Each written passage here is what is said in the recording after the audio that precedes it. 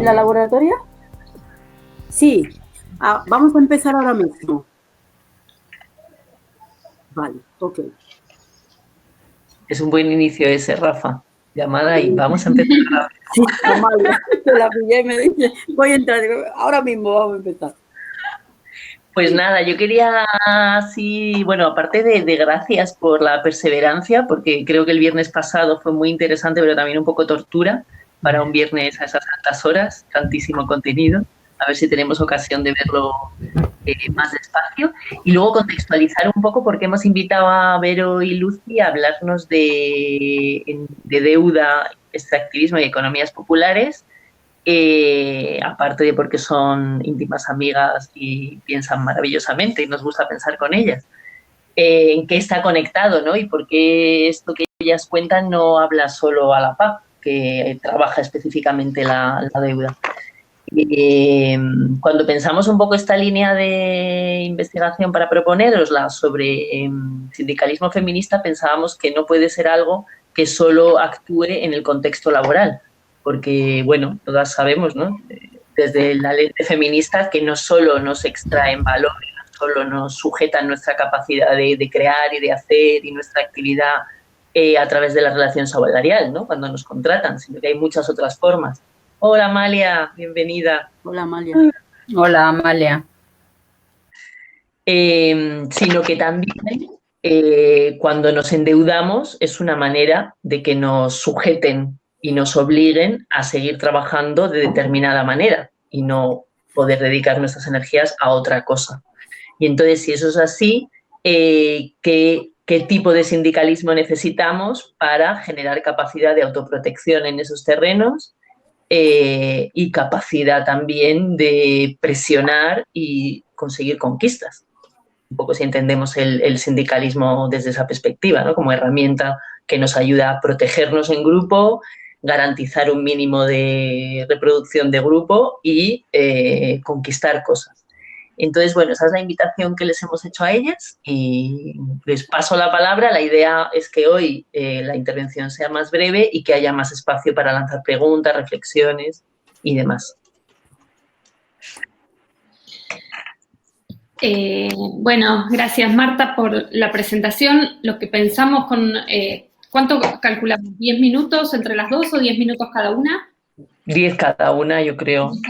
Bueno, lo que pensamos con Lucy es compartirles un poco cómo hicimos nuestro trabajo y las hipótesis sobre esta idea que titulamos Una lectura feminista de la deuda, y que intenta hacer como algunas pistas para que podamos leer en situaciones concretas cómo funciona lo financiero, ¿no? Es decir, cuál es digamos, la especificidad de este momento en el cual el sistema financiero parece extenderse de una manera totalmente inédita. Es decir, sistema financiero, deuda, créditos, hubo siempre, pero la novedad de este momento es que tienen un alcance, digamos, a sectores, a poblaciones, a territorios, a economías que antes quedaban fuera del sistema financiero, porque no tenían los requisitos para ser sujeto de crédito, porque no se alcanzaba con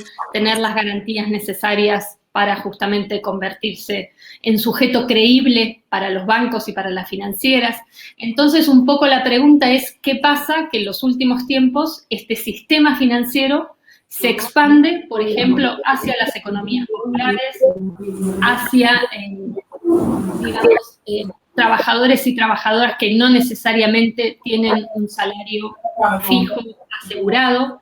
¿Qué pasa? Que el sistema financiero empieza a ver como rentable, ¿no? Es decir, empieza a ver la posibilidad de extraer beneficio, extraer ganancia de sujetos, trabajadores informales, intermitentes, digamos, migrantes, es decir, todo ese conjunto de trabajadores y trabajadoras precarias que no tienen el salario estable para ofrecer como garantía a cambio de un crédito. ¿no? Entonces lo que vemos ahí es como una reformulación del sistema financiero que lo que logra es avanzar justamente y sacar beneficio de un conjunto de formas económicas que en principio se caracterizan por ser precarias, ser inestables, supuestamente inseguras. Entonces ahí lo primero que me parece que tenemos como punto para pensar es, bueno, ¿qué se anima a extraer de valor el sistema financiero al acercarse a poblaciones que supuestamente están caracterizadas al mismo tiempo como poblaciones riesgosas? Es decir, que no se sabe si van a pagar, que no tienen garantías que ofrecer, que no tienen historial en los bancos, ¿no? Entonces, esa situación, digamos, paradójica es la primera a sospechar, ¿no? Es decir, por un lado se mantiene una caracterización de ciertos sujetos a los que se le presta plata, sobre todo bajo las fórmulas efectivo ya, crédito fácil, crédito a sola firma, etcétera, etcétera, ¿no? Todas estas nuevas formas financieras, ¿no? Que permite que los bancos ya no sea solo la sucursal del banco tal como la conocemos, sino que el propio sistema financiero, digamos, se reinventa con estas nuevas estrategias y con estos nuevos instrumentos. Además, el lenguaje es, se acercan las finanzas a los barrios, a las estaciones de metro, a las estaciones de buses, ¿no? Es decir, nos queda a mano todas estas, digamos, estas terminales financieras que son estos puestos mucho más pequeños que un banco, mucho más accesibles, y que justamente lo que ofrecen es dinero muy rápido. Entonces, al mismo tiempo, no dejan de decir que están ofreciendo dinero a una población riesgosa. Y esa caracterización de población riesgosa es el argumento político que sirve para cobrar altas tasas de interés.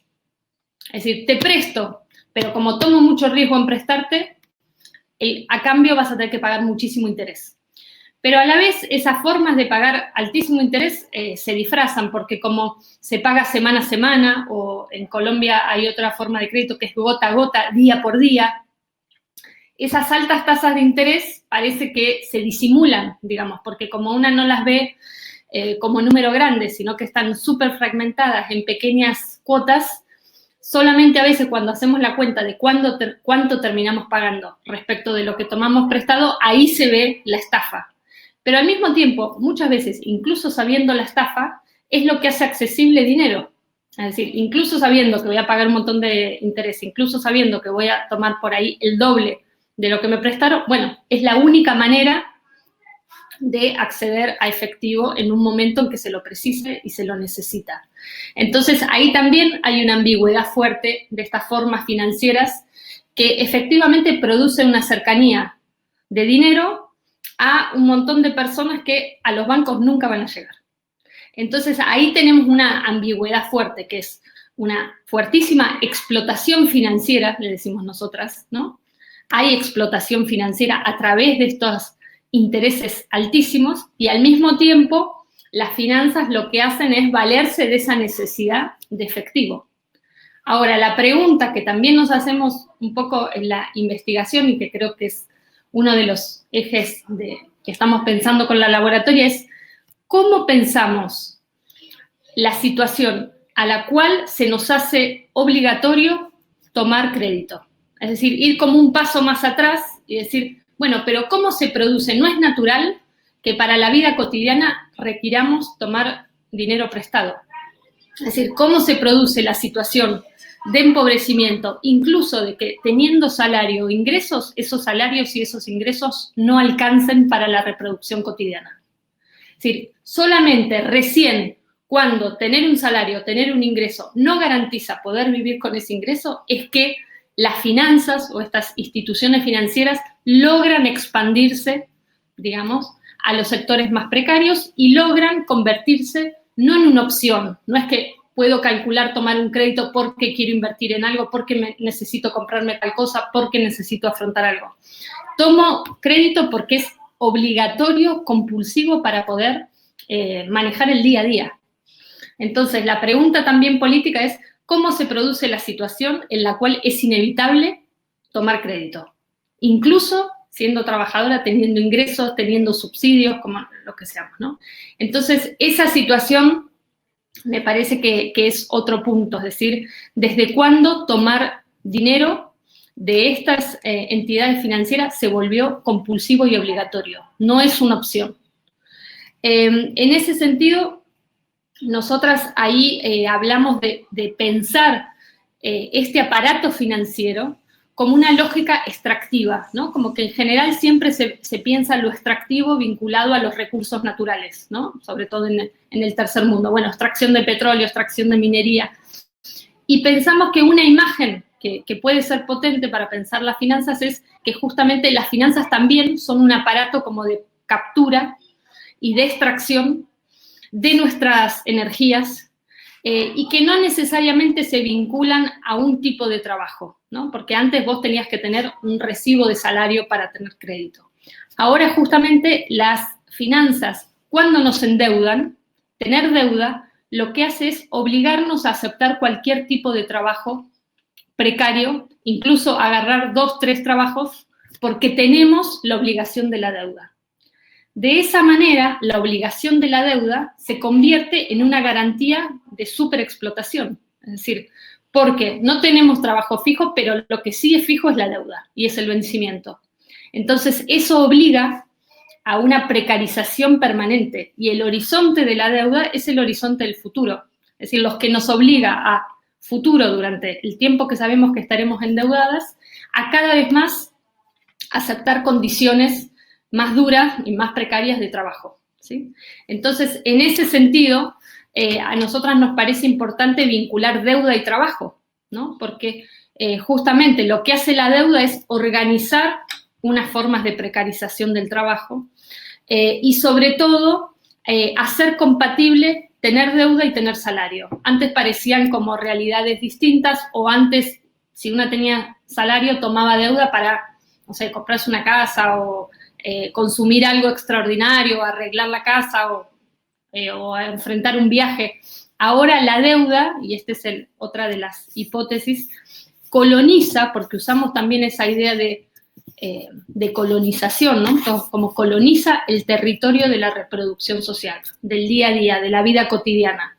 Acá en Argentina, nosotras, un poco el trabajo que hemos hecho es justamente cómo la mayoría de las compañeras han tomado deuda para comprar alimentos, medicamentos y para pagar el alquiler o los servicios de la casa, ¿no? Entonces, decimos, ya no es ni deuda para nada extraordinario, es deuda para vivir.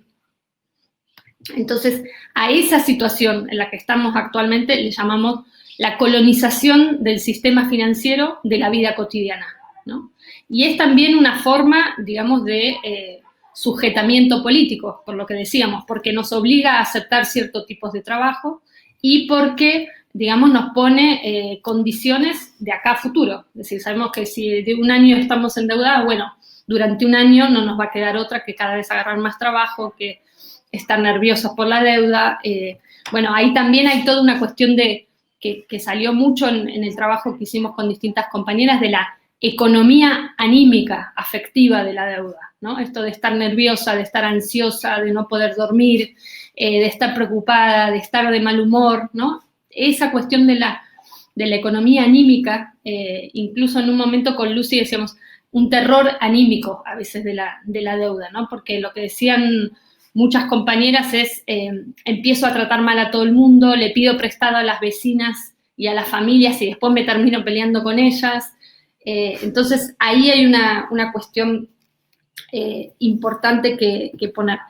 Y justamente, y con esto termino, la cuestión que nos interesaba pensar es qué es lo que explota la deuda, ¿no? Es decir, si pensamos que la deuda justamente organiza una forma de explotación financiera, ¿qué es lo que explota? Y bueno, la cuestión es, explota nuestra energía vital, explota nuestra imaginación sobre qué trabajos inventarnos para trabajar más y tener más ingresos, explota muchas veces lazos de solidaridad, de familias, de vecinos a quienes terminamos involucrando nuestras propias deudas, y también explota nuestra imaginación a futuro, es decir, porque justamente nos restringe a qué es lo que podemos hacer a futuro. Y lo propio, digamos, de este sistema financiero es que justamente pone en conexión una cantidad enorme de trabajos muy distintos, ¿no? Es decir, que puede explotar trabajo intermitente, informal, de la economía popular, pero también puede explotar, y esto pasa muchísimo acá, economía ilegal. Es decir, que alguien con tal de pagar la deuda, obviamente le es más fácil involucrarse en formas de economía ilegal.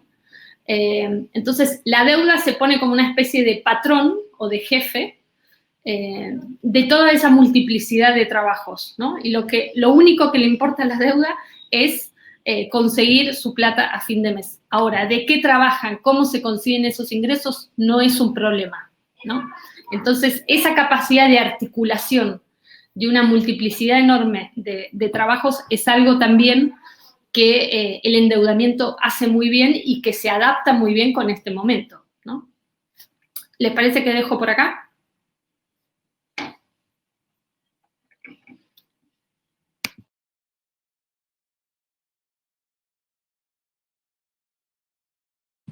Hola. Perdón. No, porque la dejé de escuchar a Vero.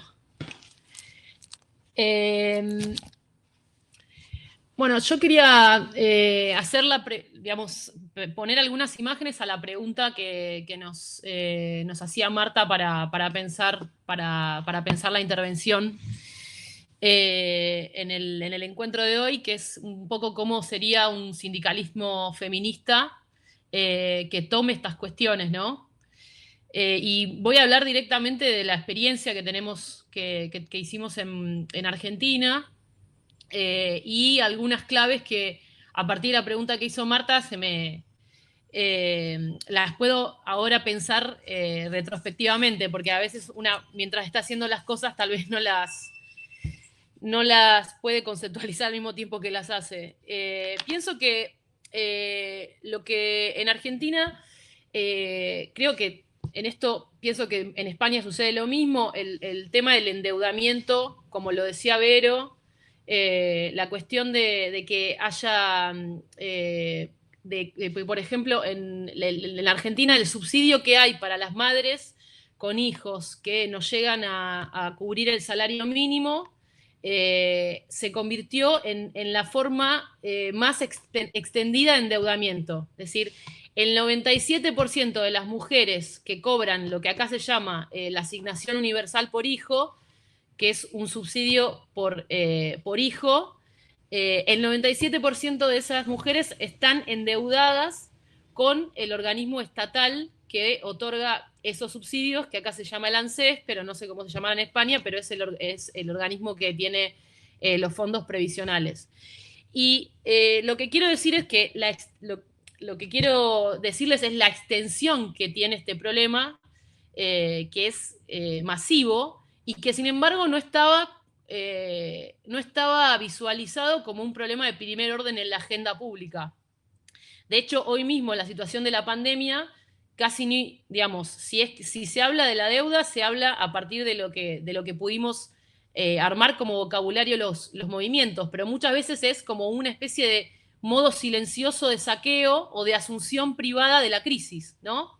Es como si funcionara silenciosamente en los hogares. Y es un mecanismo, como decía Vero, de extracción, de sujeción y de captura de los trabajos y de los esfuerzos y de las energías que hacemos, sobre todo las mujeres, las lesbianas, las travestis, para sobrevivir y para trabajar en la crisis, ¿no? Entonces, la pregunta es cómo organizamos, justamente cuando esto actúa de una manera que pareciera silenciosa, que está naturalizada, esto que decía Vero, que es muy importante, la deuda se volvió obligatoria y sin embargo pareciera que hay como una especie de idea de que es una opción, de que bueno, me endeudo cuando quiero comprar algo, pero sin embargo si vamos a los números, a las estadísticas, hoy en Argentina, por ejemplo, el subsidio que te dan supuestamente para alimentar a tus hijos no te alcanza, entonces tiene que ser sí o sí complementado con deuda. Entonces digamos que ese subsidio se vuelve más una excusa para tomar deuda que un modo de asegurarte la vida. Entonces, ese problema en Argentina se volvió una consigna de primer orden del movimiento feminista. De hecho, es una consigna con la que hemos marchado los últimos 3 paros internacionales de mujeres lesbianas y trans, de los paros feministas, y que fue la consigna Vivas, Libres y Desendeudadas nos queremos.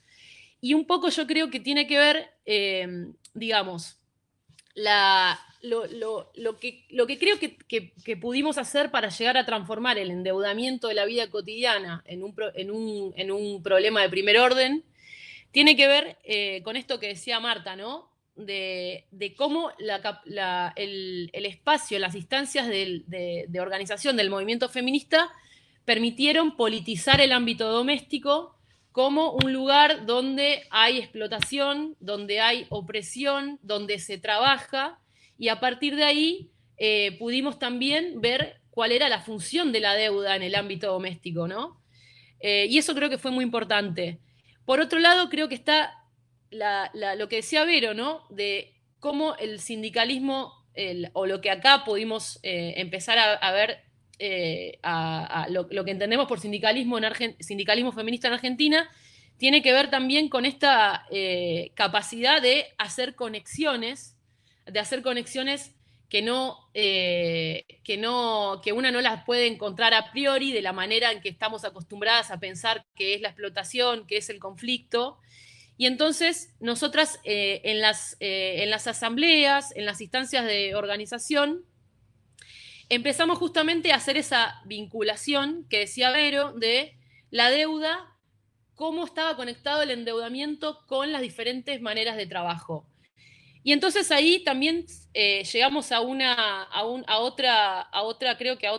otro punto, que es que el sindicalismo feminista es un sindicalismo de múltiples territorios, ¿no? Tiene que serlo, y así fue en Argentina, en las asambleas. Y también eso nos permitió también entender cómo la deuda, en esto que decía Vero, actúa de una manera diferente en cada territorio. Por ejemplo, vimos cómo para las mujeres campesinas el endeudamiento les permitía acceder al paquete de agrotóxicos necesario para poder vender sus productos. Vimos, por ejemplo, cómo las migrantes se endeudaban, cómo estaban endeudadas en esta...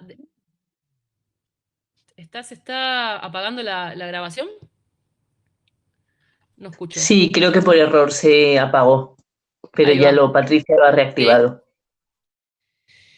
No, entonces, ¿cómo empezamos a investigar a partir de la organización transversal que nos da el feminismo, a empezar a investigar cómo el endeudamiento se aterriza de una manera particular en cada territorio? Entonces, por ejemplo, hay una deuda particular que tiene que ver con las trabajadoras domésticas. Eso también lo vimos en Argentina y lo estudiamos. Y lo pudimos también escuchar de primera mano de compañeras en las asambleas, ¿no? ¿Por qué se endeudan y para qué se endeudan las trabajadoras domésticas? Digamos, ¿cuál es, además, qué tipos de trabajo explota la deuda?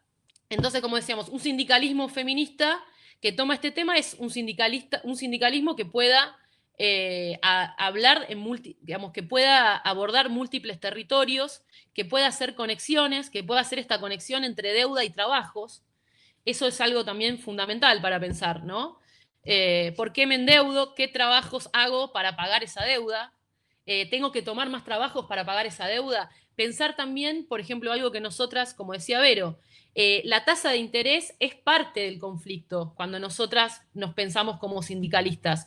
Pensar que en la tasa de interés también tenemos algo que decir y algo que confrontar, porque es el precio que pagamos por el dinero, ¿no?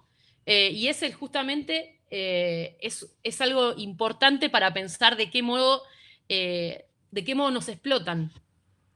Y también pensaba cómo esto, si algo que nos permitió de alguna manera pensar el tema de la deuda desde la organización feminista, fue también esta idea de que la definición del conflicto o de la explotación viene a partir de las alianzas que hacemos y no antes, ¿no?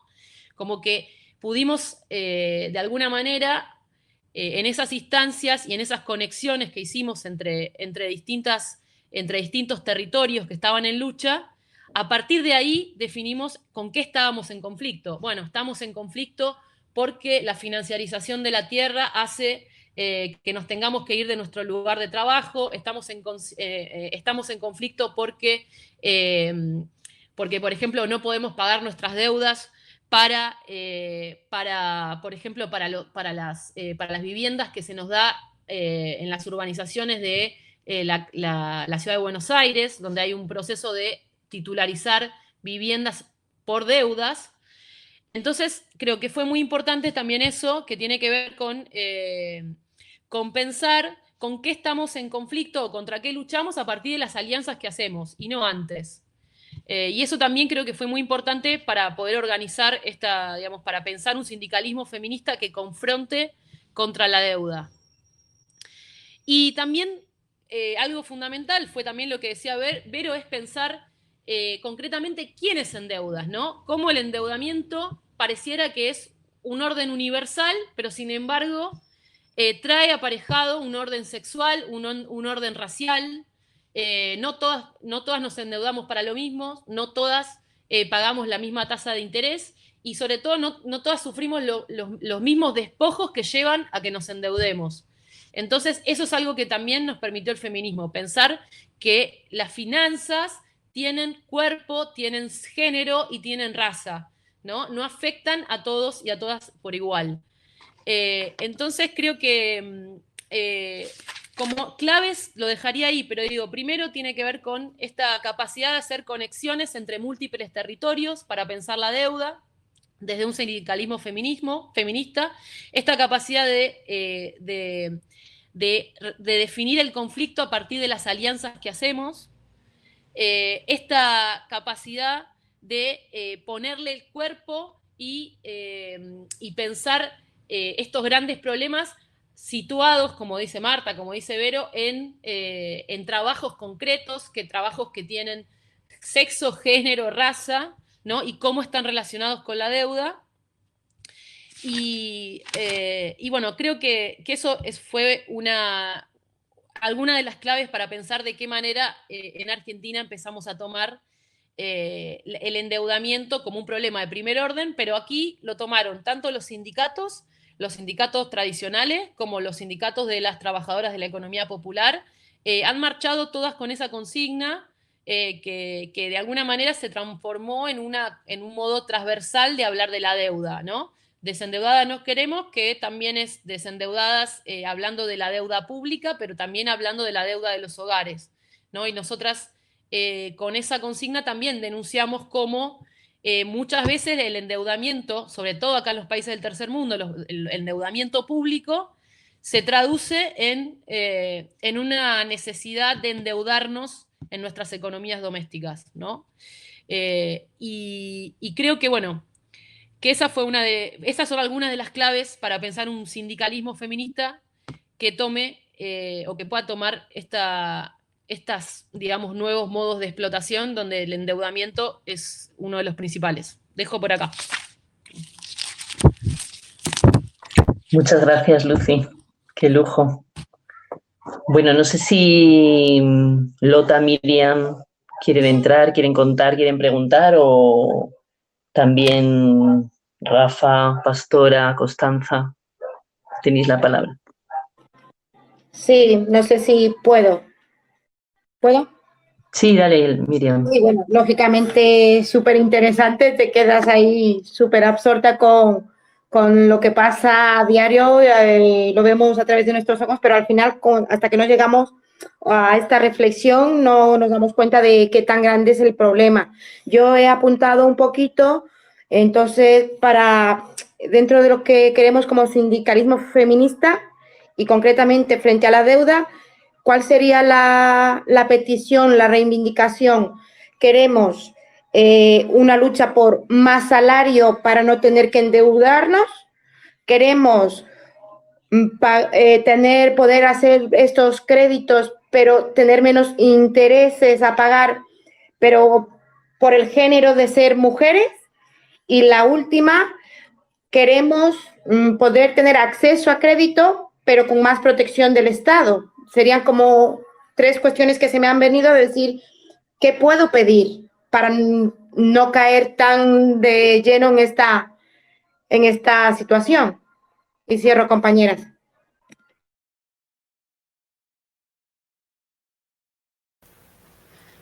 Yo pido la palabra. A ver, como yo he vivido muchísimos años en Latinoamérica y es la vida que es la crisis cotidiana que tenemos siempre, ¿no? Y yo veo que aquí en Europa, y lo que habíamos dicho en muchas reuniones, también hay sures, los sures que son qué es lo que nos pasa a las mujeres inmigrantes, qué es lo que nos pasa a las trabajadoras de hogar, a las compañeras que no tienen documentación. No pueden acceder. Hace una semana estuve intentando buscar un banco. Queríamos buscar un banco para abrir una pequeña cuenta para una propuesta, un proyecto que estamos intentando hacer, pero no hay.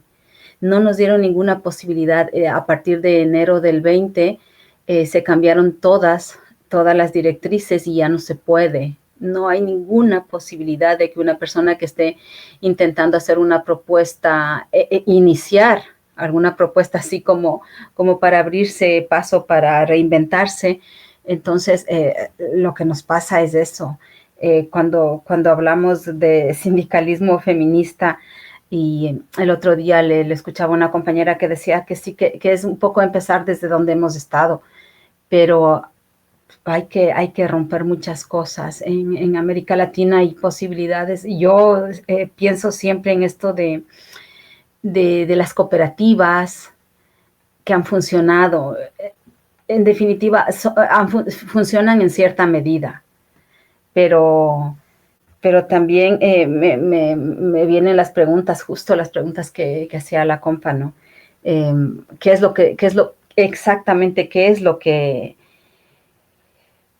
¿Cuál es el conflicto? ¿Qué es lo que vamos a solicitar? ¿Qué es lo que vamos a definir exactamente qué es lo que queremos? Porque si es que queremos que nos traten especialmente como a mujeres y que porque como a las mujeres nos pagan menos, nos den más crédito o no sé, que sea, porque sería pensar que estamos pidiendo que sean más paternalistas los gobiernos. Y eso no creo que sea un principio de la economía feminista. Y sí me estoy cuestionando algunas cosas que no había pensado y que había olvidado. Esto de las deudas de vivir siempre en deuda, y las posibilidades de obtener préstamos de un lado y de otro y de acudir a ciertos lugares y ser explotadas desde todos los sectores, nos agobia y nos acaba. Pero aquí también en Europa las compañeras no tienen a dónde acudir.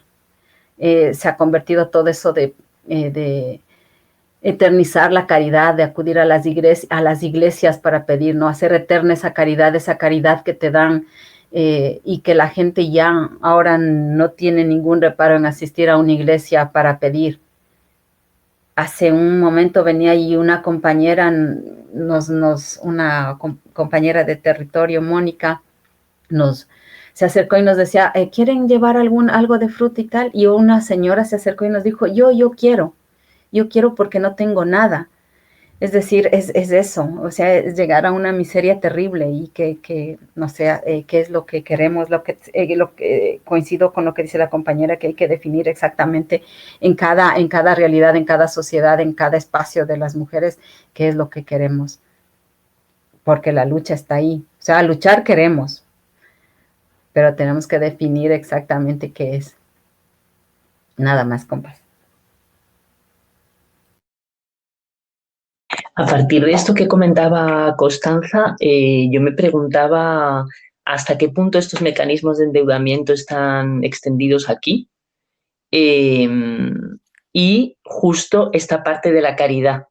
Y con toda que yo creo que el endeudamiento para la migración es muy claro, ¿no? Muchas venís ya con deuda que hay que pagar, pero me parece que en el territorio europeo enhebra mucho con los mecanismos de caridad, con su parte también de humillación, ¿no? De tener que hacer cola, de tener que esperar, de que se te vea como alguien carente y que no es capaz, etc. Y habían pedido la palabra Rafa y luego Pastora.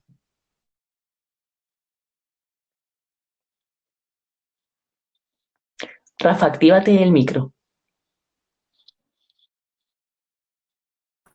Gracias, Marta. Nada, no, que gracias a las compi por la exposición. Me parece, yo también le he dado muchísima vuelta. Claro, cuando Vero hablaba de esas deudas que cuando nos tenemos que endeudar permanentemente y luego los trabajos que hacemos, vemos como cada vez más tenemos que hacer muchísimos trabajos a la vez para poder llegar al mínimo, o si no, tener que aceptar trabajos con unas condiciones miserables. Entonces, sí que le he dado vuelta y digo, fíjate tú, la lógica de, o sea, todo esto de la deuda, la lógica que nos trae de cabeza a un montón, y especialmente a las mujeres que somos las que estamos realizando todo un montón de trabajo que cuando lo miramos, todos precarios, salarios bajos, problemas que tenemos de salud, porque tenemos que estar todo el día mirando a ver si llegamos, o no tanto eso, sin dormir, porque no sabemos si al otro día vamos a ser despedida, porque son trabajos por determinados tiempos. Es que la verdad que la lógica, yo creo que con las preguntas que hacía Miriam y Constanza, yo creo que tenemos que ir por ahí, ¿no? Es como la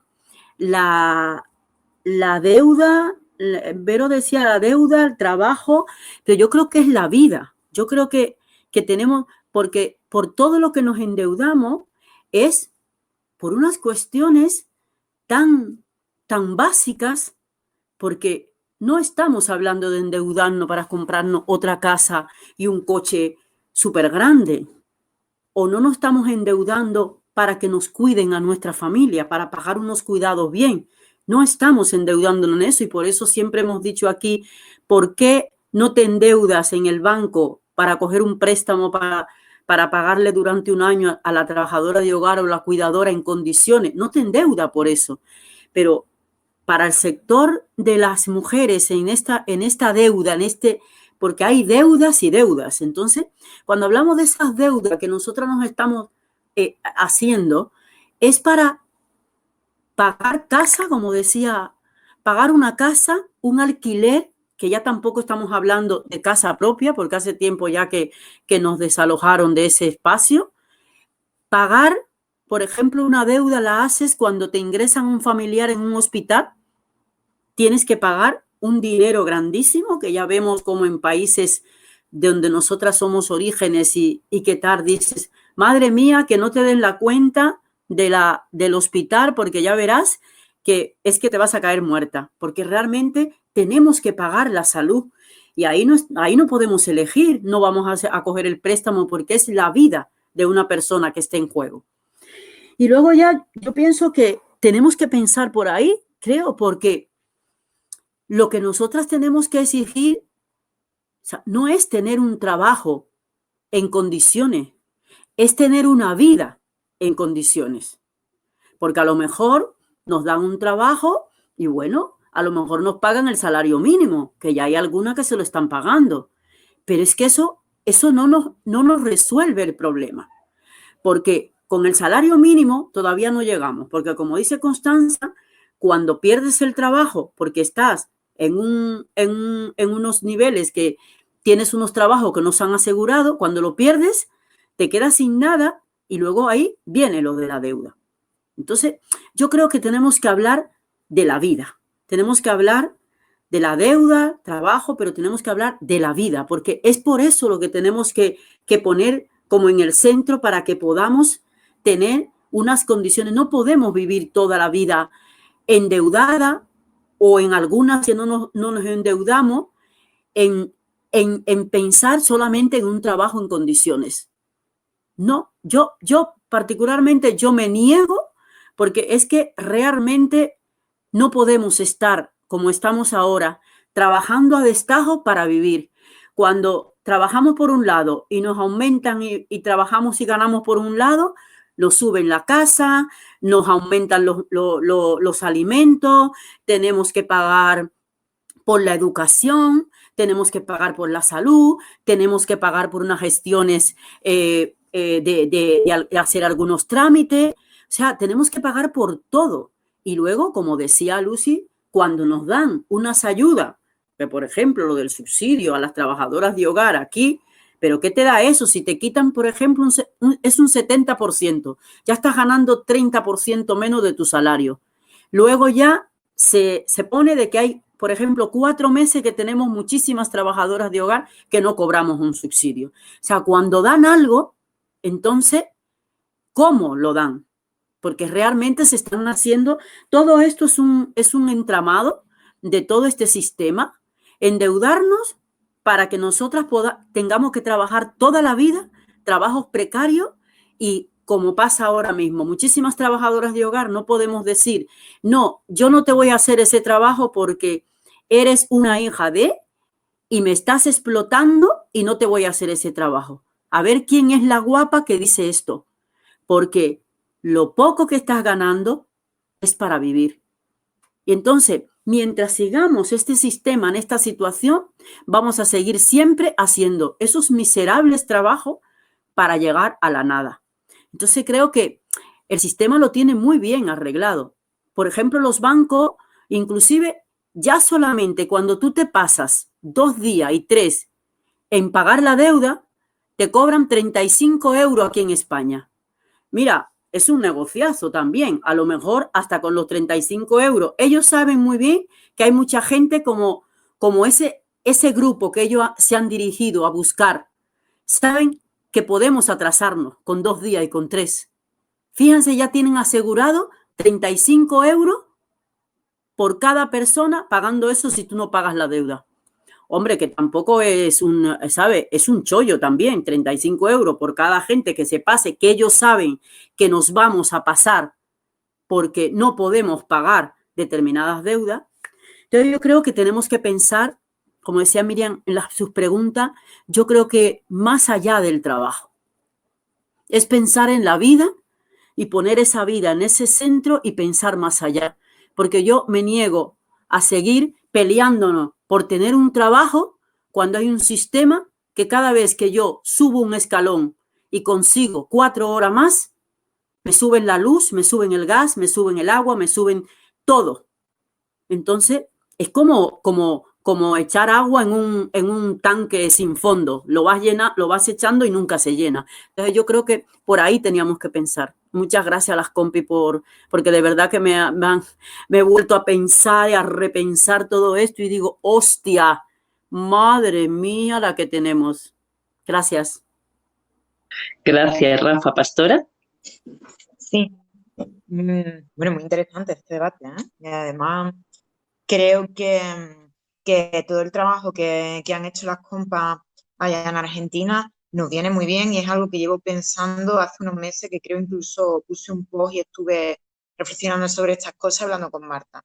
Ellas vienen del futuro, es decir, lo que ha contado Vero y lo que ha contado Lucy es algo que preveemos va a ir ocurriendo progresivamente aquí.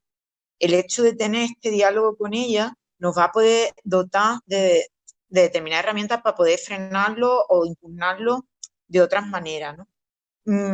Yo tuve, cuando empezó toda la crisis esta del COVID y empezó el estado de alarma en el Estado español y se empezó a legislar sobre derechos sociales, qué pasaba con los alquileres, qué iba a ocurrir, bueno, pues con la gente que tenía un crédito de un pequeño negocio, ¿no? Bueno, todas estas cosas, una legislación amplísima. Lo primero que la alerta que empezamos a ver es que la solución que proponía el gobierno para salir de esta crisis económica que iba a empobrecer a un montón de gente, sobre todo a la gente que está ocupando los escalones más bajos en la jerarquía social, que ya sabemos que están racializadas y feminizadas, las personas que ocupan estos escalones más bajos, las soluciones que el gobierno estaba poniendo sobre la mesa era el endeudamiento de las economías privadas, de las economías familiares, ¿no? Lo que hemos estado peleando y venimos peleando del alquiler, por ejemplo, no hubo una suspensión de los alquileres a las personas que se habían afectado sus salarios y sus ingresos por la crisis del COVID, sino que lo que hace es la moratoria, ¿no? Esto de, bueno, va usted pagando como pueda más adelante, ¿no? Y lo que ofrece el gobierno progresista y que espera que lo abracemos y que la gente lo abrace, que el endeudamiento que las personas tengan que tener con los bancos, pues se van a garantizar que sean intereses bajos, que además va a tener un respaldo del gobierno, pero ya abre la puerta a que las soluciones a las crisis sociales y a los problemas sociales es el endeudamiento. Y yo cuando empecé, salió ese decreto y empezamos a estudiar como locas, es como si nos hubiéramos mudado de país. Bueno, supongo, Lucy, pero aquí todo ha cambiado, una legislación nueva, es como empezar a ser abogada en Argentina mañana o en México, no sé. Bueno, cuando empieza a ver todo esto, a mí se me vino de pronto todo lo que las compañeras están contando y lo que ellas venían anunciando. Oye, mira, que el neoliberalismo que viene, que esta gente viene a por todas, vienen a por la vida misma, lo que va a proponer como solución para sostener el consumo es el endeudamiento, y el endeudamiento ya sabemos que, bueno, no lo voy a explicar mejor que ella, pero pues reducir la conflictividad sindical y las luchas sociales, porque tienes que currar y no el margen a la protesta cada vez se estrecha más y al final termina siendo un elemento de control social. Yo creo que esto es lo que viene, lo que están viniendo, lo que están abriendo aquí las puertas, va a afectar, como digo, a los agentes de los escalones más bajos, y esta sabiduría que nos están contando ellas, vamos a tener que ver cómo la implementamos y empezamos a hablar de esto aquí. Yo ya decía Marta, tenemos que empezar ya a armar discurso que está llegando, que lo que cuenta la Gago está ocurriendo. Y esto me parecía muy importante. Lo otro que por eso estoy muy agradecida de estos espacios. Y lo otro, el debate que estamos teniendo ahora de las compañeras de, bueno, ¿qué protestas concretas articulamos ante esto? O sea, pedimos más salario. Justo ayer por la tarde en el sindicato aquí en el SAS estábamos discutiendo esto, ¿no? Nos toca a nosotros hablar de vamos a frenar el turismo, o realmente lo que queremos es que se controle el precio de la vivienda, porque también aquí mucha gente curra del turismo y come de esto, ¿no? Yo vivo al sur del sur, o sea, somos camareras, básicamente, de turistas y de alemanes. ¿Cómo se articula la reivindicación? ¿Qué pedimos? ¿Que no vengan los turistas? ¿Pedimos que se limite el precio de la vivienda de alguna manera y a intervenciones? ¿O pedimos subidas salariales, garantías de renta básica universal? ¿Por dónde vamos orientando esto? Creo que es lo que Rafael ahora también estaba apuntando y Constanza. ¿Cómo articulamos el discurso a la hora de podernos organizar en torno a esto y para defender la vida, básicamente, porque estamos defendiendo la vida más básica? Esto a mí me parece importante que atinemos la consigna, pero sea como fuere, por donde le entremos a esto, lo que tenemos que intentar evidenciar es que la insostenibilidad de la cuestión, ¿no? Entremos por donde entremos, porque seguro que hay luchas que van a pelear más, ¿no? La gente de La Paz, de Vallecas, que está aquí Lota, ellas están hablando de vivienda y de garantizar la vivienda. Desde el SAT, que mis compañeros me decían, no, hay que ir por el salario, que nos garanticen el salario. La cuestión es que le entremos por donde le entremos, lo que hay que poner sobre la mesa es lo que nos están contando Vero y Lucy, es decir, es que estamos currando, estamos cumpliendo ya, y ni siquiera así podemos vivir sin lo que viene, que va a ser un endeudamiento. Y yo creo que si el neoliberalismo preveía lo que están contando ella en Argentina, algún día iba a llegar a la periferia europea, si eso iba a tardar 5 años, va a tardar 5 meses, gracias a lo del COVID. Bueno, creo que no he resuelto nada, solo he planteado aquí todo mi dilema, pero creo que tenemos que ir pensando en articular luchas y estrategias comunes, reivindicaciones y postulados.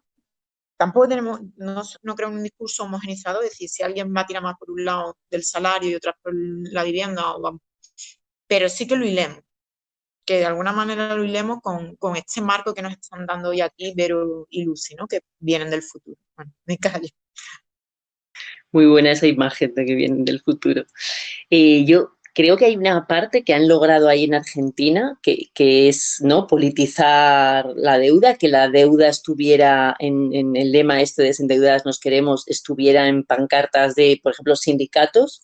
Aquí todavía es impensable porque todavía hay un acercamiento muy moralista, me parece, decidme a ver cómo lo veis, sobre todo Miriam y Lota, que han trabajado más la cuestión de la deuda, pero que hay un enfoque todavía en los grupos, en el activismo, muy moralista de la deuda, y todavía se asume esto de hemos vivido por encima de nuestras posibilidades, cuando sabemos que una se endeuda por obligación, porque no tiene otra. Y me gustaría añadir a todas esas cosas que nos obligan a endeudarnos, que ha dibujado Lucy, la cuestión de la responsabilidad familiar, cómo aceptar cualquier trabajo y aceptar también cualquier deuda a cualquier tasa de interés. En el caso de la deuda y los trabajos feminizados, o sea, de mujeres lesbianas, trans y travestis, tiene también mucho que ver con que tú eres responsable no solo de ti misma, sino de una serie de personas en situación de vulnerabilidad. Y entonces eso te deja vendida a aceptar cualquier cosa. Sumaría como ese elemento al cuadro, ¿no? Hola, tengo mala conexión, pero os oigo aunque no os veo. Me da como que no me gusta mucho ponerme nostálgica, pero que me da como nostalgia del momento en el que en La Paz teníamos tan claro y tan presente continuamente esa relación entre el endeudamiento público y el endeudamiento privado de las familias, ¿no? Porque cuando, a partir ya del 2013 y tal, cuando Sareb, que es el banco de los activos tóxicos que crea el gobierno, está todo el rato en primera pantalla, va absorbiendo todas las casas que han quedado vacías o nunca han sido habitadas, ¿no? Directamente, todo el rato nuestra pelea va explícitamente de decir que el endeudamiento público es lo que se traduce en recortes en derechos y recursos públicos, y que de ahí va a haber solo más endeudamiento privado, ¿no? Que es verdad que el momento es muy diferente, es muy otro, y Sareb ha entrado ya en completamente otra fase vital, que es la de la venta de carteras gigantes de esos pisos, ¿no? Que o habían sido desahuciados o nunca habían sido ocupadas por primera vez. Entonces, nada, el enlace está ahí. Creo que es muy importante hacer ese paso atrás que mencionaba Lucy, ¿no? Y preguntar por qué nos endeudamos, por qué la gente se tiene que endeudar, pues porque no tiene acceso a vivienda, a sanidad, a educación, o directamente subvenciones en forma de dinero cuando lo necesiten, ¿no? Yo creo que el caso de España ha sido bestial, se ha visto como en tan poco tiempo, en poco más de una década, una caída, ¿no?, de esos derechos sociales que es bestial. Entonces, no sé si puedo aportar mucho más, pero me acordé como de que eso estaba ahí siempre y que deberíamos recordarlo. Y luego, en cuanto a cómo se entiende, cómo se habla de la deuda, quizás, no sé si Marta puedes extender un poco a qué te referías con moralismo de la deuda, que esté presente en los grupos, porque a mi parecer el trabajo, que no sé si te referías a otros grupos quizás, pero en La PA es precisamente ese moralismo que se busca atacar, ¿no?, desde el primer momento. Sí, claro, no me refiero a La PA. Vale, perdón.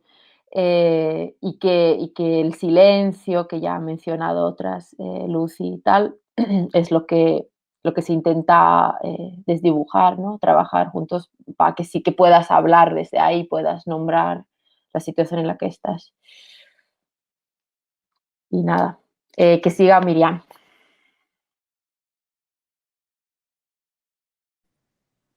Sí, bueno, gracias, Lota, cariñote, como le digo yo. Pues bueno, efectivamente lo que encontramos, o por lo menos voy a intentar resumir un poquito mi experiencia. Cuando acudimos a la plataforma de afectados por la hipoteca es porque has tenido la ilusión de que podías llegar a tener una casa endeudándote y trabajando y siendo responsable y pagándole al banco. Entonces, pasados 20 años de aquello, 15 años, porque vamos, es así de triste, te das cuenta que era una ilusión, que era un poco no, bastante, una emboscada, como nos han contado las compañeras de Argentina, todo bien planificado para que vayas pasito a pasito y caigas en la trampa. Entonces te das cuenta de que vas en busca de un poco casi de justicia, de por qué me han engañado, por qué me quitáis lo único que buscaba, que era un hogar, y te encuentras que el apoyo mayoritario, no sabría decir en porcentaje, pero bastante alto, pasando del 90%, el apoyo que encuentras es de mujeres. Aunque luego esas luchas ganadas, mini batallas, la disfruten también los hombres. Es triste, pero es así. Entonces sí me gustaría ver reflejado, no sé, vuelvo a otra ilusión a lo mejor, es decir, si como mujeres ya nacemos con una responsabilidad adquirida que nos han dado, pero también es verdad que no la queremos delegar porque entendemos que, por ejemplo, el cuidado de los padres cuando están mayores, de un familiar o de un hijo, entendemos que se nos da bien. A algunas nos gustará más y a otras menos, pero si ya nacemos con esa responsabilidad, me gustaría poder nosotros como mujeres también dibujar a tanta responsabilidad, tanta remuneración y tanto reconocimiento. Quiero que esté en una balanza lo que me exige la sociedad, también quiero que se vea representado en el sistema financiero de mi supervivencia directamente. Y entonces, ¿cómo dejar dibujado esto? ¿Cómo conseguirlo? Y sobre todo me hago una pregunta, ¿cómo dejamos eso instaurado para las futuras generaciones de mujeres? Y cierro, compañeras.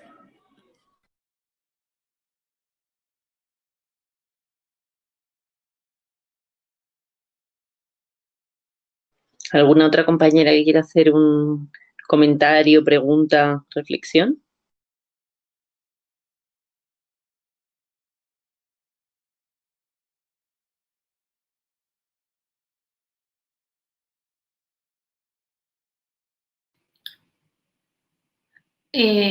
Si nadie quiere hablar, yo retomaría algunas de las cosas que se dijeron al principio, que decía Miriam, Constanza, después retomó Rafa y después otras cuestiones, pero lo principal, lo que me quedé pensando es, bueno, ¿y qué pedimos? ¿No? ¿Qué demandamos? ¿Cómo organizamos la reivindicación? Por un lado, como decía Pastora, me parece que la cuestión de los salarios es fundamental. Es decir, más salarios implica que tenemos menos obligación de deuda. Entonces, conectar el reclamo del desendeudamiento con el reclamo de más salarios me parece que es fundamental, ¿no? Ese sería como un primer punto. Ahora, después estaba otro punto que, Constanza, lo dijiste muy bien, ¿qué hacemos también? ¿Reclamamos créditos mejores con menos tasa para mujeres? ¿O eso es convalidar que, como también decía Constanza, ¿no? Que como a las mujeres nos pagan menos, entonces es obvio que vamos a requerir más endeudamiento? Entonces creo que eso es justamente una tensión que es a la vez una trampa y a la vez también podemos exigir mejores créditos, ¿no? Creo que hay que manejar esa tensión, pero por un lado, al reclamar más salarios, estaríamos no convalidando que necesitamos más créditos porque nos pagan menos, ¿no? Creo que ahí es un punto importante y fundamental en términos políticos. Ahora, también creo que hay que tener cuidado con esto de créditos especiales para... hay toda una línea también de expansión justamente de los créditos que ponen a las mujeres como las sujetas de crédito perfectas, ¿no? Y esto lo hemos trabajado también un poco en el libro y que tiene que ver con lo que planteaba Marta de la moralización, ¿no? Bueno, las mujeres son súper pagadoras, son súper prolijas, son capaces de sacrificarse de una manera inimaginable para poder honrar sus deudas. Como tienen familia, no se van a escapar y no van a dejar las deudas impagas. Bueno, hay toda una construcción, digamos, de esa figura de por qué las mujeres son deudoras ejemplares, que es muy, muy tremendo, ¿no? Porque justamente también retoma esto que decía Marta de la responsabilización familiar, o lo que planteaba Lucy antes de la responsabilización privada de la crisis a manos de, bueno, las que van a sacar adelante el hogar, las jefas de hogar, como se dice aquí. Entonces, creo que ahí hay una tensión de cómo se puede reclamar, obviamente, créditos, porque para algunas situaciones los vamos a necesitar, pero cómo no caer en ese lenguaje que ratifica que necesitamos créditos porque somos las peor pagas o las más mal pagas. Y el otro punto, y en esto retomo esto que decía Pastora de cómo hilamos, reclamar servicios públicos gratuitos y de calidad y reclamar acceso a la vivienda, tiene que ir todo en un mismo paquete, porque eso es también lo que nos permite que los salarios nos alcancen y que no tengamos que endeudarnos. Entonces, salarios, servicios públicos gratuitos, ¿no? Y políticas de desendeudamiento o de crédito de una manera accesible y para ciertas cuestiones, como decía la compañera, bueno, cuando se quiere encarar algo, cuando se quiere, no sé, construir un proyecto, que para eso necesitamos crédito de cierta manera, creo que esas tres cosas, lo importante es cómo los construimos como programa que va conectado, ¿no?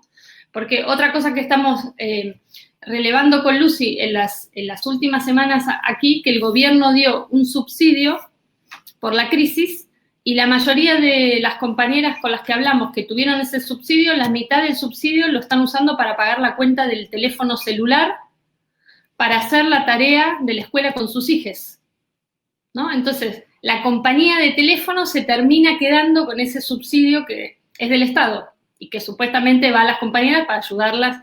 Entonces, también hay una trampa, ¿no? En cómo las corporaciones al final se terminan chupando esos beneficios sociales que se consiguieron también porque hubo un montón de protestas para decir necesitamos ayuda social, necesitamos un complemento porque nos hemos quedado sin trabajo, pero al final ese complemento termina siendo capturado también por las grandes empresas. Entonces, como que es una complejidad que me parece que se puede abordar, como decíamos antes, cuando reclamamos, cómo hacer ese reclamo en simultáneo, ¿no? Vivienda, salarios, servicios públicos y créditos de una manera en que nos permitan abordar ciertos proyectos sin matarnos con la tasa de interés. Pero como que casi eso viene a lo último, ¿no? Después de que podamos reclamar una cantidad de condiciones que hagan, como decía Rafa, que la vida no sea a pura deuda. O sea, que no te tengas que endeudar para la salud, que tengas un salario que te permita vivir y, bueno, que justamente tengas una casa en la cual el alquiler no sea el 80% de tu salario. Me parece que dibujar ese mapa está muy bueno por cómo fue saliendo, porque nos permite concretar eso de qué reclamamos y a la vez ver la conexión entre bajo salario, falta de servicio público, sobre todo de salud, educación y vivienda, y tasas abusivas de los bancos.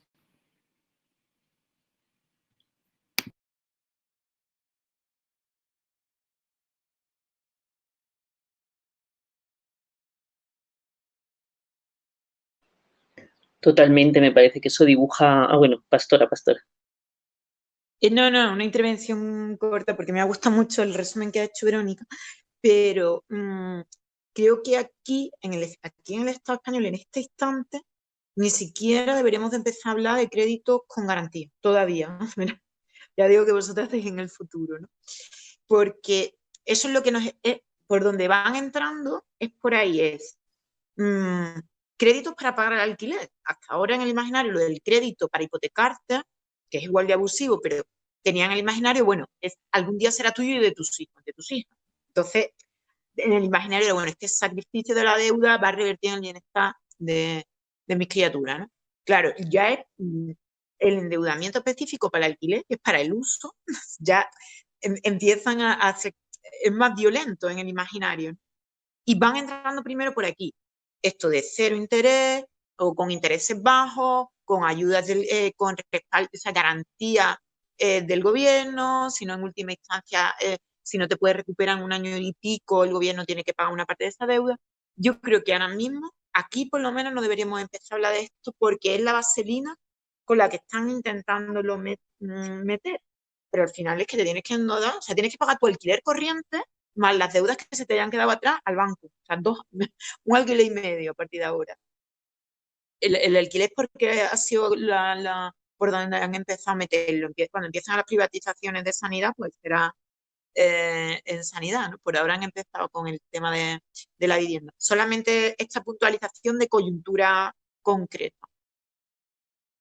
Bueno, bueno, a mí, yo creo que también, por ejemplo, para nosotras empezar ya a hablar acá, creo que hay cosas que las tenemos que, como que hablar desde, como cuando empezamos con un colectivo, un grupo o un espacio, hablamos de, ¿no? Entonces, a mí me parece muy interesante hablar desde esas, ¿para qué nos endeudamos? Hablar como eso, dejarlo como claro y que lo hablemos entre todas. Por ejemplo, hablar de esas deudas que muchísimas mujeres migrantes hacemos con el tema de las cadenas globales de cuidado, cuando salimos de diferentes países y venimos a buscar una vida mejor, como que habría que hablar de esa deuda que la sabemos. Hay muchas mujeres que nosotros la sabemos porque la tenemos, hemos tenido esas deudas, pero como es algo como que no lo hemos, siento que no lo hemos compartido como de lleno, porque vienes y te metes de una vez en toda la jauría esta y entonces yo creo que esas cosas las tendríamos que hablar, ¿no? Otra cosa que planteaba Marta también, la responsabilidad familiar, que ahí le metemos también lo emocional. Son muy listos, saben que, como decía Verónica, las mujeres son como la garantía de que vamos a quedar bien, porque son las que pagamos, son las que, no vamos a quedar, no vamos a quedar mal, porque esto y por lo otro. Y porque todavía no asumimos del todo el que la responsabilidad familiar no es nuestra sola, sino que hay especialmente los hombres son también responsables de esa responsabilidad familiar, como nos pasa a muchas latinoamericanas, que los tíos ponen los hijos y ya está, y luego las mujeres nos hacemos cargo de la responsabilidad. Pero es que aparte de eso, lo emocional para este sistema es muy importante, porque claro, fíjate con lo que juegan, con los sentimientos, con mira, claro, es como con el tema de los cuidados, ¿no? Vamos a hacerlo por amor, porque claro, hombre, no serías una buena mujer si no te dedicas a los cuidados y a hacerlo bonito y a cuidar a tus hijos. Es que eres una mala mujer, o sea, ahí tenemos esos imaginarios y todas esas cosas que nos meten, ¿no? Otra cosa que me gustaría es poner el tema de los tratados, ¿no? Esos tratados que hay, especialmente en Latinoamérica, y que están funcionando y que son los que se han dedicado a que por ahí salgan todos esos microcréditos para las mujeres, para que se hagan empresarias y se hagan buenas llevaderas de negocio y qué tal. Entonces, claro, yo creo también ahí que eso tiene tela lo de los tratados, porque sabemos que ahí esto viene de lejos y realmente al futuro esta gente lo que está haciendo y está llegando, que es que ni siquiera ya puedas dirigirte a un empleador, porque es lo que está pasando ahora con la gente que está trabajando en el tema de llevarlo de las comidas, los falsos autónomos, o sea, todo eso, pues creo que tendríamos también que plantearlo. Y otra cosa es también el tema de las alianzas. Yo creo que aquí hemos trabajado mucho con el tema de las alianzas y que pensamos y sabemos que la lucha de las mujeres, la lucha de las compañeras en la paz por la lucha a una vivienda es también como la lucha nuestra. La lucha por un cuidado en condiciones y que no seamos las mujeres las que estemos, que esté sostenido todo esto, también. El tema de la sanidad. El otro día veíamos cómo las trabajadoras de la limpieza de uno de los hospitales más grandes aquí en Madrid eran las compañeras que estuvieron en primera línea haciendo un trabajo esencial y justo ahora las echan, las quieren echar. Y veíamos ahí que era importante apoyar a estas compañeras, porque esas compañeras, a la vez que estar limpiando en el hospital, muchas de ellas limpian en casas o trabajan en hostelería para poder llegar a tener un salario. Entonces yo creo que son cosas que las tenemos que desmigajar entre todas para acuerparla y saber cuando nos dispongamos a cuál va a ser nuestro discurso y cuál va a ser nuestra pelea y qué es lo que vamos a pelear. Yo creo que es muy importante también profundizar sobre esto, que está ahí, nosotros lo sabemos, pero qué sé yo, la deuda de las trabajadoras de hogar que hemos venido, todo el mundo hemos tenido deuda y eso se sabe. Y tenemos la deuda y seguimos teniendo deuda porque dejamos otras mujeres allí cuidándonos a nuestros familiares y seguimos endeudándonos para poder mandar, para que puedan salir del hospital cuando están enfermos, porque la salud en esos países ya sabemos cómo está, pues si le van a quitar la casa o si hay que comprar una casa o alquilar. Yo creo que eso lo tenemos ahí y lo sabemos, pero yo creo que son cosas que tenemos que plantearnos, hablarlas en profundidad para ver de dónde viene, porque esto viene de lejos.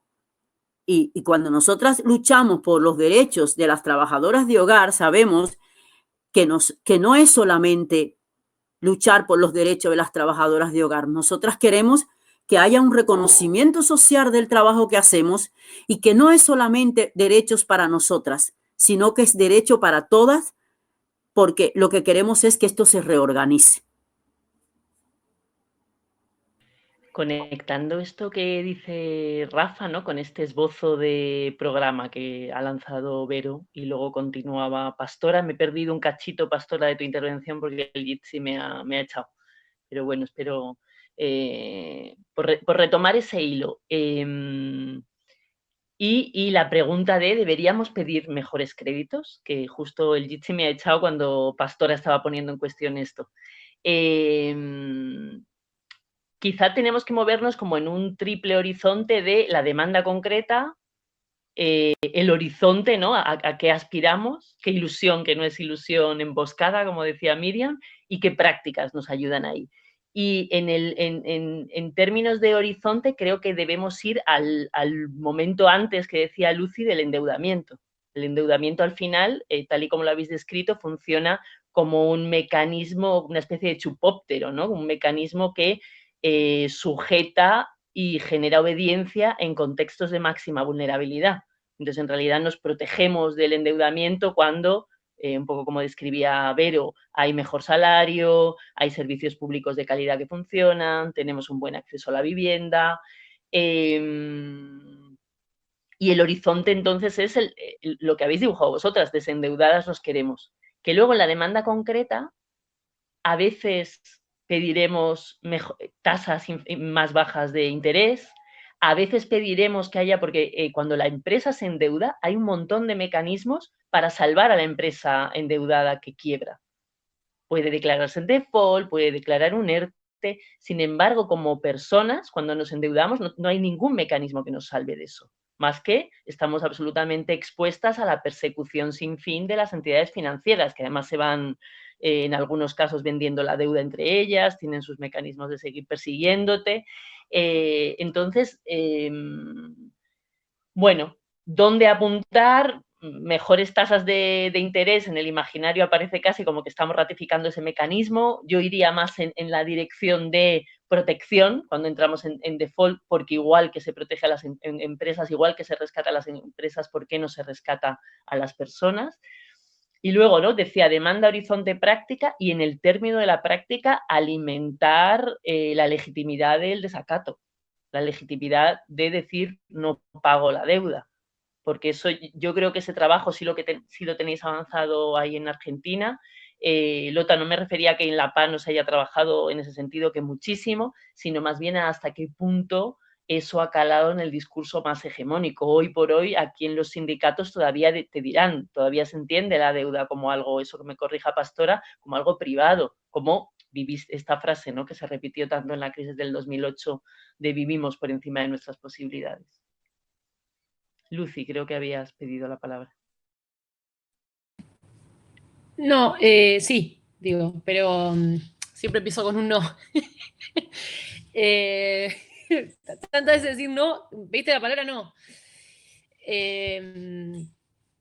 Sí, completando un poco, o sea, para ponerlo en acción, en una situación concreta como se da en Argentina, por ejemplo, cuando asumió el gobierno, después de todo el trabajo que hicimos en el movimiento feminista, esta idea de una especie de contrapedagogía de lo financiero, lo primero que hicieron fue bajar notablemente las tasas de interés de estos préstamos que tomaban las madres a través de los subsidios para crianza de los hijos. Entonces, pero claro, ¿no? Eso obviamente no alcanza si el subsidio sigue estando por debajo de la inflación. Porque después entonces lo que va a pasar es que, digamos, después además proliferan otros modos de deuda, ¿no? Pero sí es una demanda concreta, el hecho de que bajaran las tasas de interés de esos préstamos. Pero bueno, el tema es que siempre hay que mantener, porque también es una operación la que se hace de separar esta idea, ¿no? De que lo financiero viene por un lado, el salario viene por el otro, y como que me parece que algo interesante es siempre mantenerlo junto, ¿no? Cuánto nos pagan por lo que hacemos, si eso nos lleva a endeudarnos, si no nos lleva a endeudarnos. Y después otra cosa que también me acuerdo de una cosa que estuvimos leyendo, una autora que estuvimos leyendo con Vero, que decía en esta pregunta de si pedimos o no pedimos préstamos específicos, que contaba que en Estados Unidos el crédito se democratizó, es decir, se hizo accesible para poblaciones que no eran, que nunca fueron digamos, el sujeto varón blanco heterosexual. Los créditos se volvieron accesibles en el momento en el que ya no había servicios públicos, ¿no? En ese momento empezaron a haber créditos para poblaciones negras, para lesbianas, en el momento en que ya el crédito era una obligación. Y eso también está interesante para pensarlo. Pero no, y la otra cuestión, la tercera, es que no solamente es una demanda por más salario, sino por cómo también se dio en Argentina, y por pensar, ¿no?, en qué momento nos empezamos a endeudar las mujeres y por qué. También es una demanda que va en relación al reconocimiento de tareas que no están ni siquiera remuneradas. No es solamente por pedir aumento de salario, sino inclusive salario por esas tareas, hasta un paso anterior. Bueno, nada, creo que va por ahí, y como decías vos, esto que decís de pensar el horizonte del modo más completo posible, y mientras ir ensayando formas de desobediencia financiera, que nosotras eso también lo relevamos, como también hay muchas prácticas que van en el sentido contrario de la usura financiera, como por ejemplo en el libro contamos, por ejemplo, acá la comunidad boliviana, frente al aumento exponencial del endeudamiento y de las tasas de interés durante el gobierno anterior, pusieron en práctica una estrategia ancestral que tienen, que se llama Pasanaku, que consiste en juntar plata, poner todas hacer un fondo común, y que en ese momento lo estaban utilizando para desendeudar a la compañera que estaba más endeudada, ¿no? Entonces, como también digo, hay a la par de que demandamos, también se pueden pensar formas de no pago o inclusive de financiamientos o de acceso al dinero de otra manera. En Estados Unidos hubo, que no le he dado seguimiento y creo que hoy no está ninguna compa de allí, pero en Estados Unidos hubo una iniciativa que me resultó interesante, que era que iba sobre la compra de las deudas estudiantiles, ¿no? Y aplicándolo a caso de España, pues de alguna manera sería poder cortocircuitar lo que es una parte de la ley hipotecaria de España, en la que se le da prioridad en la subasta, dentro del proceso de desahucio, a quien ha dado la hipoteca. O sea, si te da la pasta para comprar la casa a Bankia, una vez dejas de pagar y entras en el proceso de desahucio, cuando llega al momento de subasta, ese banco tiene preferencia, tiene prioridad para comprarlo. Pues imaginaos, sabiendo que esos precios han sido bajísimos, imaginaos ahí poder comprar tu casa por, ponle 10.000 euros, cuando quizás en ese momento aún conservas una deuda hipotecaria de más de 150.000 o lo que sea, ¿no? Entonces, nada, sí, son cosas que no se ha podido hacer, ¿no? Pero que está muy bien pensarlo. Vero antes había pedido la palabra, pero los cuidados la han requerido. Quizá ya llevamos hora 45, quizá podemos ir cerrando. Vero, te paso la palabra. Y alguien más ha pedido, que no tiene el nombre. Yo estoy de acuerdo con lo que planteaba Pastor al final, de que meternos en el lenguaje de reclamar créditos, y también por esto que decía Lucy, ¿no? De que si vemos como un poco de historia de cuándo empiezan a hacerse accesibles los créditos, sobre todo para las mujeres, está directamente vinculado a cuando se recortan los servicios públicos. Creo que puede ser parte de la trampa, ¿no? y del engaño, y que obviamente después hay situaciones específicas. Por ejemplo, acá lo están trabajando las compañeras de las cooperativas y de las mutuales, que sí están pidiendo para sus emprendimientos otro tipo, ¿no? de acceso a los créditos, pero creo que eso es distinto además cuando se hace para emprendimientos cooperativos, para colectivas, ¿no? Como que es otra lógica y otra dinámica que no es la del crédito individualizante, ¿no? De responsabilidad individual, que tiene todas las características de lo que estábamos charlando antes. La otra cuestión que me parece importante de lo que agregaba Lucy, ¿no? De pedir salario, cuando hablamos de salario, no solo de los trabajos asalariados, sino también de lo que históricamente el feminismo viene reclamando como retribución para los trabajos no asalariados, ¿no? Porque, de nuevo, cuando hacemos este reclamo desde el sindicalismo feminista de más salario, tenemos una idea del salario que no es la hegemónica, digamos, ¿no? Estamos pidiendo salario o renta o reconocimiento salarial, justamente para un montón de tareas que no tienen salario. Entonces, creo que eso, si pensamos, no sé, en una campaña, en una acción, en una serie de reivindicaciones, hay que explicarlo bien, porque me parece que es un punto bien importante, y una de las maneras en que se ensancha lo que decimos cuando decimos sindicalismo feminista, ¿no? Que reclama salarios ahí donde no hay salarios también. Una pequeña reflexión sobre todo lo que estaba escuchando. Es que antes estaba en la calle y no podía participar porque se me entrecortaba y no me dejaba escuchar claramente hasta ahora que he logrado llegar a casa. Bueno, Gracias, Amalia, por el esfuerzo. Es solamente acotar que es verdad que desde nuestros países ya venimos endeudadas, porque para salir, para emigrar, muchas de nosotras hemos tenido que prestar un dinero para poder sacar un pasaporte, para poder comprar un boleto de viaje, para poder venir. Y luego, al llegar acá, ¿qué sucede? Que nos encontramos con 1000 trabas al respecto, que no se nos facilita nada, ¿eh? Que tenemos que seguir cuidando allá, porque venimos con esa ilusión de que, a ver, yo emigro y yo desde allá, bueno, trabajaré y mandaré para cubrir las necesidades de las que dejamos a nuestros hijos al cuidado de otro familiar, que ahí intervendrían pues las cadenas globales de cuidado, que una mujer cuida allá mientras que yo cuido aquí.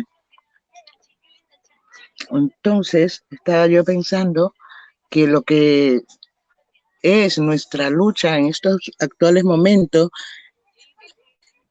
el asociacismo, perdón que lo tengo por aquí, ya el asociarnos entre nosotras y de esa manera poder pelear por lo que es precisamente la vivienda, que en este tiempo de pandemia lo hemos notado, como muchos caseros intentaron hasta dejarnos fuera, ¿eh?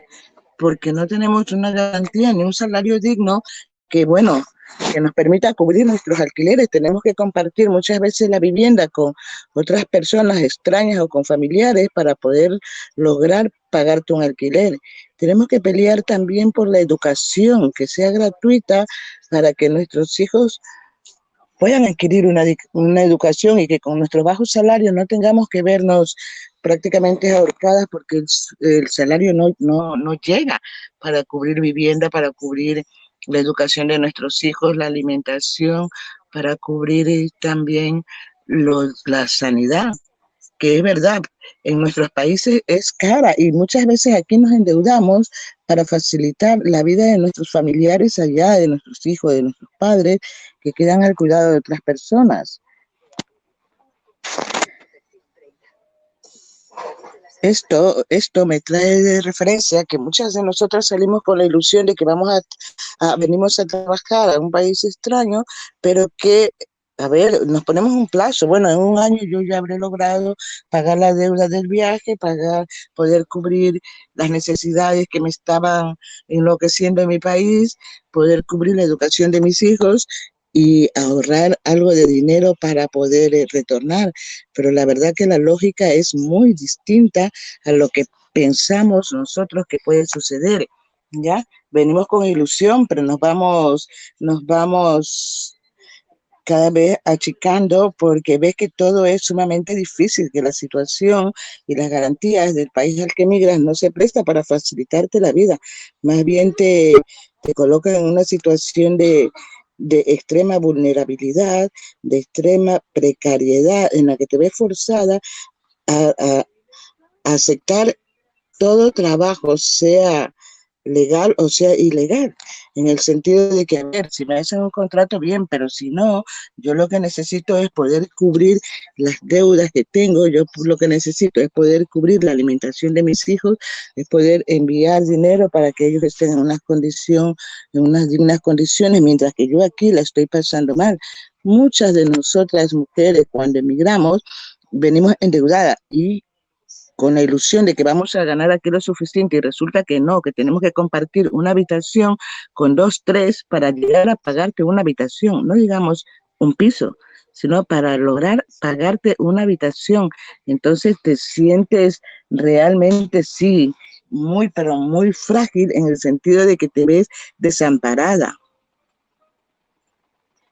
Es importante, lo he aprendido yo en este último tiempo con respecto a la pandemia, que es sumamente importante para nosotros las mujeres que emigramos organizarnos, porque cuando tú estás organizada, sientes y notas que no estás sola en esta lucha, que la lucha no es solamente tuya, que la batalla que estás liando y peleándote no es solamente tuya, sino que es de todas, porque todas las mujeres nos está atravesando el mismo problema, ¿eh? En todas partes, no solamente aquí en España, en todas partes del mundo en muchas partes del mundo. Yo estoy viendo y hablando con gente y escuchando, me doy cuenta que esto nos atraviesa no solamente aquí en España, en Argentina, en Chile, en Paraguay, en Ecuador y en todas partes del mundo, en muchas partes del mundo, lugares que estamos recibiendo personas migrantes, nos damos cuenta que esto nos está atravesando. Entonces sí, es una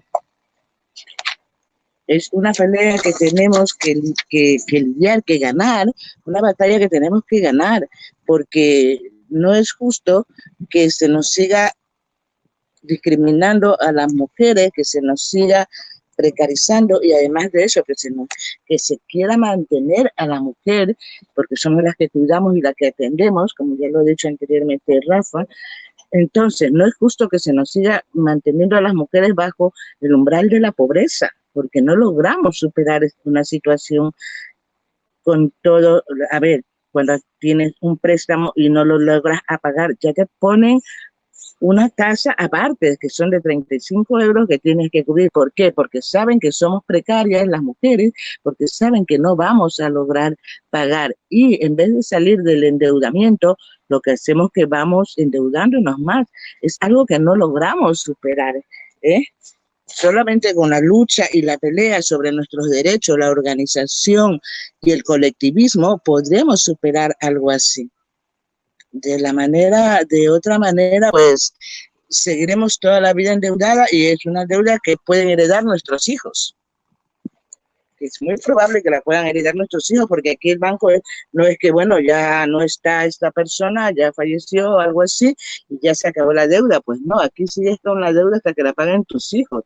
Imagínate, el incremento se sigue, el préstamo, la deuda se sigue aumentando y quedan endeudados también nuestros hijos cuando nuestra lucha o nuestro endeudamiento ha sido precisamente por conseguir una vivienda, por dar una educación digna a nuestros hijos, que el Estado no la pone gratuita para que tengamos esa facilidad y nuestro salario se vea libre como para poder cubrir las deudas. Antes, por el contrario, siempre se quiere que las mujeres seamos sometidas, que seamos precarias, que seamos vulnerables, para que de esa forma aceptemos viles condiciones que nos limitan y nos colocan en el umbral de la pobreza siempre.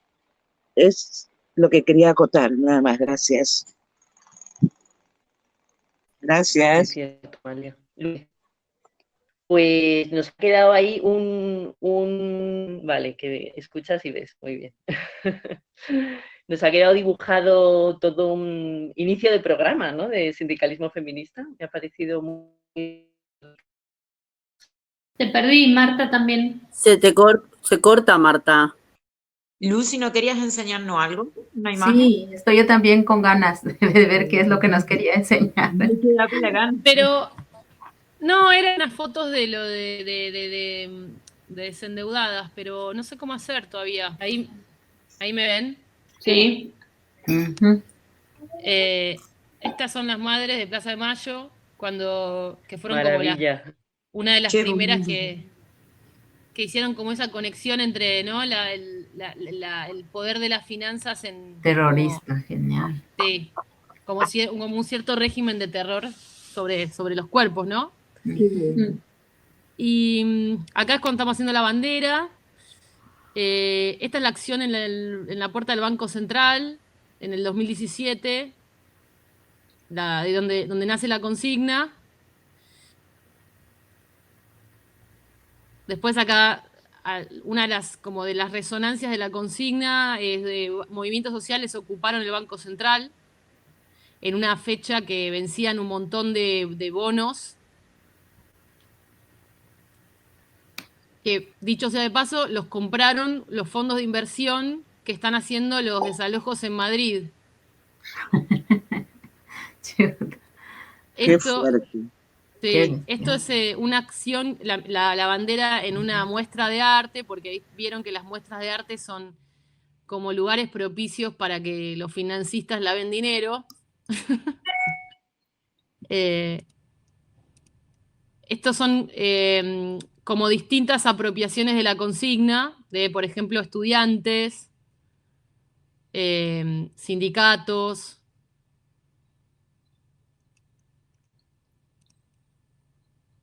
Las trabajadoras no somos variable de ajuste. Vivas, libres y desendeudadas nos queremos. Esta es una federación de estudiantes, docentes, sindicato de docentes. Este es el sindicato de Nati, de la semana pasada, de Nati Fontana. Esta es la última marcha con el cartel. Acá hicimos una presentación del libro con algunas preguntas disparadoras que las trabajamos con esta asamblea de mujeres migrantes en la periferia, bueno, sí, podríamos decir en las periferias de Buenos Aires, ¿no? Y algunas preguntas están buenas, ¿no? ¿Qué cosas no tengo tiempo para hacer cuando estoy endeudada? ¿Qué tiempo compro con la deuda? Pero que acá, volví un segundo, Lucy, a esa anterior. Que acá salió mucho esto de no puedo dormir, compartir tiempo con nuestros hijos, no puedo comer bien. Como que acá se empezó a trabajar mucho con estas compañeras, esto que decíamos, el sufrimiento y la cuestión anímica que genera el tema de la deuda, ¿no? Que salió muy fuerte en ese taller. Acá estamos haciendo taller. La marcha del 3J 2019 en la avenida más importante de Buenos Aires. Otras como declinaciones, ¿no?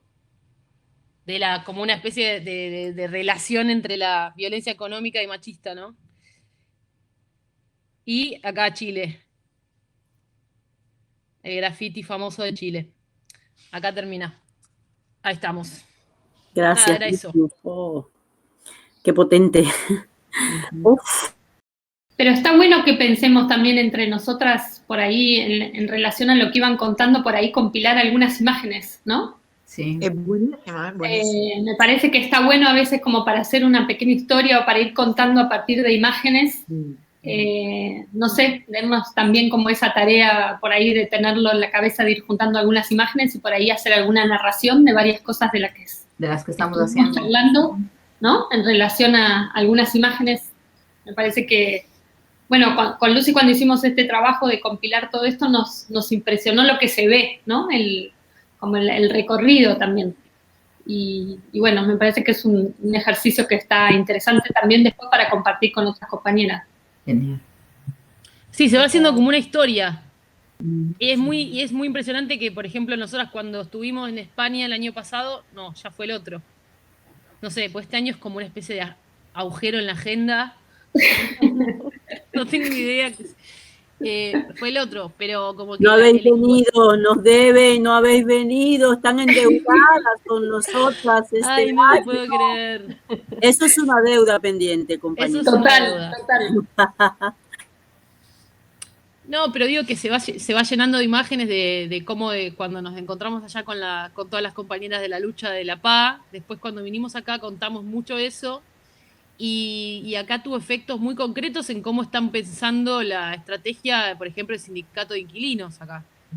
Muy pensado en relación a la deuda.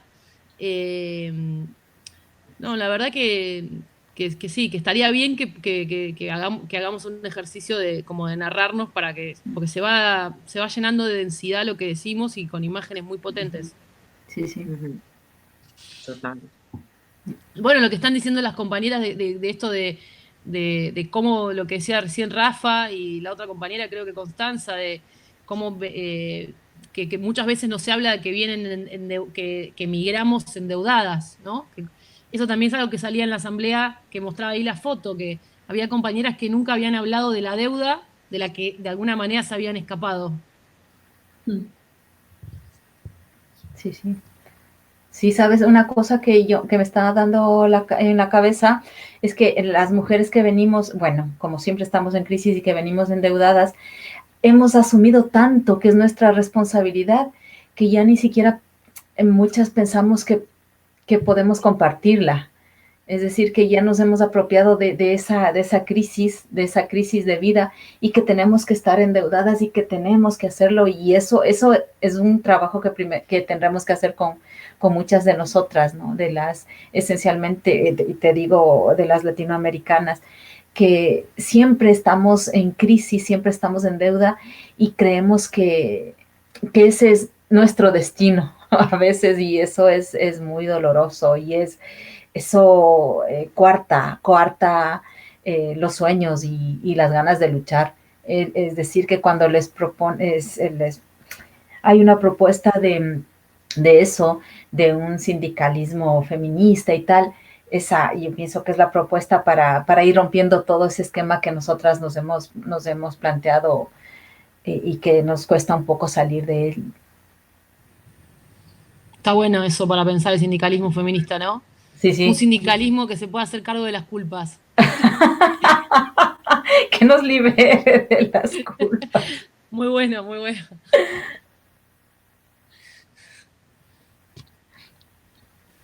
Tenemos, os lo lanzo por retomar esto que nos hayan Vero y Lucy, como con las territorias tenemos un taller presencial, igual podíamos aprovechar, ¿no?, para recopilar las cosas que hemos sacado del taller del viernes pasado, de este y del que nos queda, un poco qué imágenes nos vienen concretas en relación con nuestras vidas y hacer, igual que hicimos ese mapa, ¿no?, de la investigación que queréis hacer, pues hacer un mapa parecido donde haya estos focos, ¿no?, el del endeudamiento, el del trabajo y lo que nos planteen el viernes que viene, y se lo devolvemos a modo de reciprocidad de lo que nos han dado. Me parece buenísimo.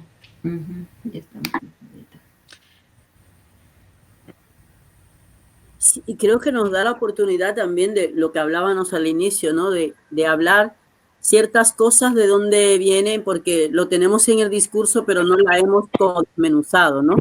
Entonces, yo creo que hablar, como decía Amalia, Constanza, de esas deudas, hablar de